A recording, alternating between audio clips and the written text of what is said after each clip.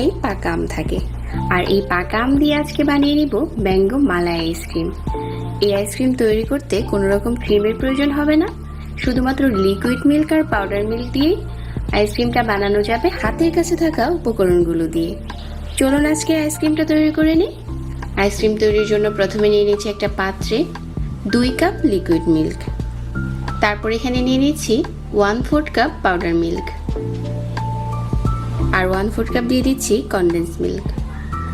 Condense মিল্কটা যদি হাতের কাছে না থাকে এর পরিবর্তে আপনারা চিনিটাও দিতে পারবেন।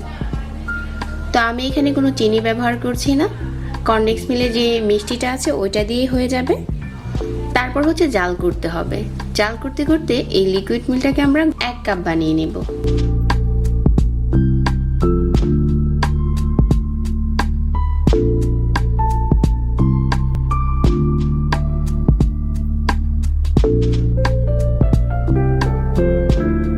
তো যখন 1 কাপের মতো হয়ে গেছে তারপর হচ্ছে চুলা থেকে নামিয়ে আমি নর্মাল ফ্রিজে রেখে ঠান্ডা করে নিয়েছি। আমাদের লিকুইড মিল্ক এখন ঠান্ডা আছে। তারপর ব্লেন্ডারের জগে প্রথমে নিয়ে নিচ্ছি 1 কাপ আমের পিউরি।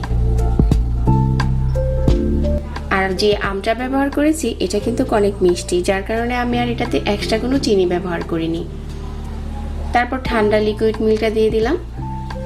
তারপর হচ্ছে 1 থেকে 1.5 মিনিট ব্লেন্ড করে নিতে হবে। 1-1.5 মিনিট পর খুব সুন্দর একটা স্মুথ মিশ্রণ হয়ে গেছে আইসক্রিমের। আর এখানে আইসক্রিমটা জমানোর জন্য আমি একটা এই মলে আজকে আইসক্রিমগুলো জমিয়ে নিব। তারপর মলে ঢেলে দিচ্ছি। আপনারা আপনাদের পছন্দ মতো যে কোনো পাত্রে এই আইসক্রিমটা জমাতে পারেন।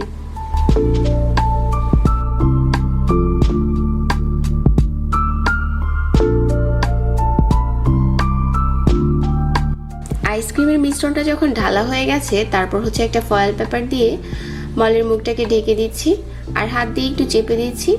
খুব ভালোভাবে সেট করা হয়ে গেছে। তো এখন হচ্ছে মাঝ বরাবর কাঠি দিয়ে দিচ্ছি যাতে করে দেখতে একটা দোকানের লুক আসে, অনেকটা কিনা আইসক্রিমের মতো। এখন হচ্ছে আমি আইসক্রিমের মলটাকে ডিপ ফ্রিজে রেখে দিচ্ছি 12 ঘন্টার জন্য। 12 ঘন্টা পর আইসক্রিমের মলটাকে আমি ফ্রিজ থেকে বের করে নিয়েছি। তো এখন 1 থেকে 1.5 মিনিট এভাবে রেখে দিলে আইসক্রিমগুলো খুলে আসবে। তবে যদি আপনার খুব বেশি তাড়া থাকে তাহলে পানির বাটির মাঝে বসিয়ে নেবেন, সাথে সাথেই খুলে যাবে।